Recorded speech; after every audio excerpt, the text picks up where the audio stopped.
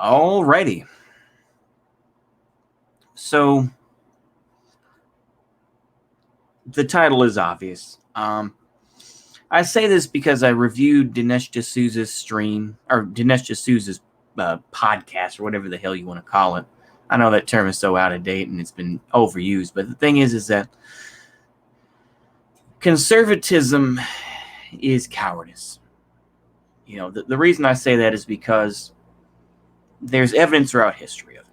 You know, you can go ahead and try to say, oh, well, you know, conservatism is really just holding up the true liberal values of, of the free market system, and we support Israel. We're not racist. We're not racist. No. We're not. We're not that. We just like traditional values. This is why there's a difference between conservatism versus social conservatism. Like I say, there's a difference.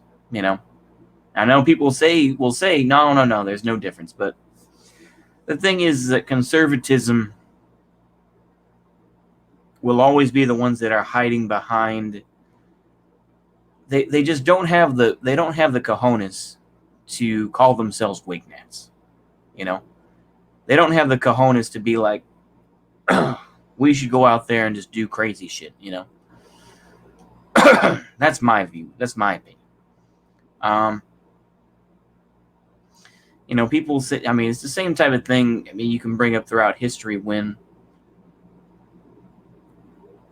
when you had the debate between, the left, so-called left left-wing aspects of the National Socialist German Workers' Party, the NSDAP, between the so-called Strasser brothers and, other folks like that, versus, people like Hermann Göring, this and that, who, and the supporters of it, the people that took over, people like Hjalmar Schacht, this and that. And, of course, the Night of the Long Knives and everything. And then, of course, even people that were on the periphery that didn't really have the leadership ability, or didn't have the ability to, have this power. People like Ernst Niekisch and people like Karl Otto Peitel, which promoted more of a Ausbowl system. But I digress. The thing is that once that happened, then you had, the conservatives trying to fight back, very cowardly, at least in my opinion, and say, well, we still want, we want to make peace now because, the war is going bad. It was good in 1940, but now it's 1944. It's just like, I don't like it, And the thing is, of course, people say, oh, the resistance fighters, they were fighting since then, and, But it's the same type of thing even in Italy as well. The conservatives,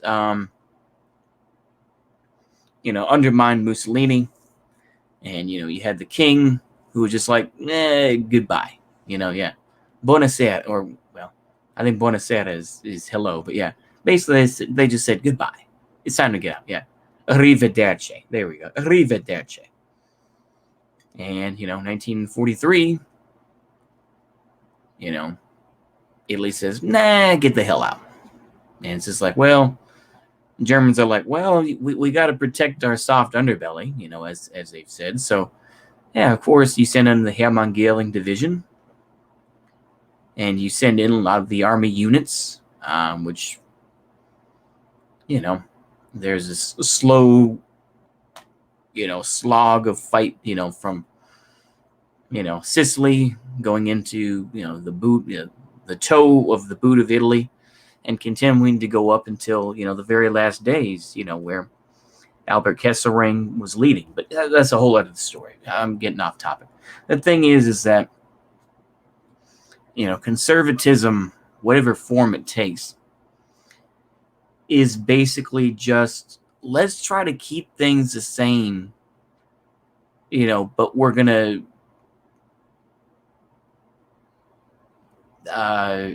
well, I'm trying to think of it. Let's just keep things the same, but we don't want to be racist about it, And we're going to claim the Democrats are the real racists. We're going to claim that we love the free market and everything else like that. Yeah, but we don't,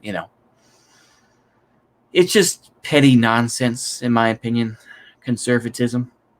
like I said, you can be socially conservative and still want, a strong safety net, or maybe want socialism. That's the whole thing of, the right wing side of socialism, right? That's the whole idea of social democracy. That's a whole other issue, but which I kind of briefly talked about, not that well necessarily, but and in general, I think conservatism is just the status quo. It's this idea. It's like, well, we need to respect the tradition of it, but we don't want to be offensive. We don't want to be racist. We acknowledge the things, and they point to various folks. They'll say MLK was actually a conservative, or Abraham Lincoln was a great. It's like you have to go back that fucking far.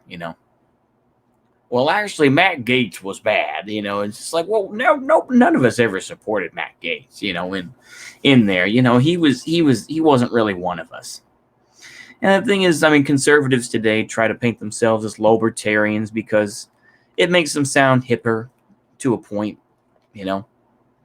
But in reality, they're just the same old grandpa conservatives that you see today. They'll be like, well, I'm not really racist and everything else like that, but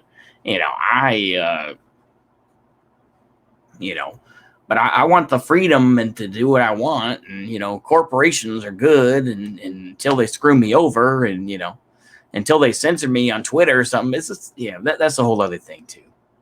I don't care about censorship at this point. I'll put it that way, because to me, if you have enough clout and you have enough followers as it is, who gives a shit?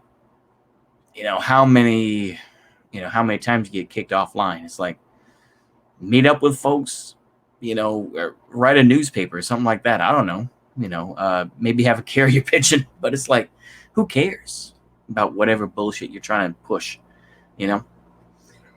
Oh, anyway, I think that's all I have to say about it. I just think conservatism will always be the cowardice idea of, just continually trying to adapt and not being able to conserve anything. And I know that's pretty much the Wignat point of view.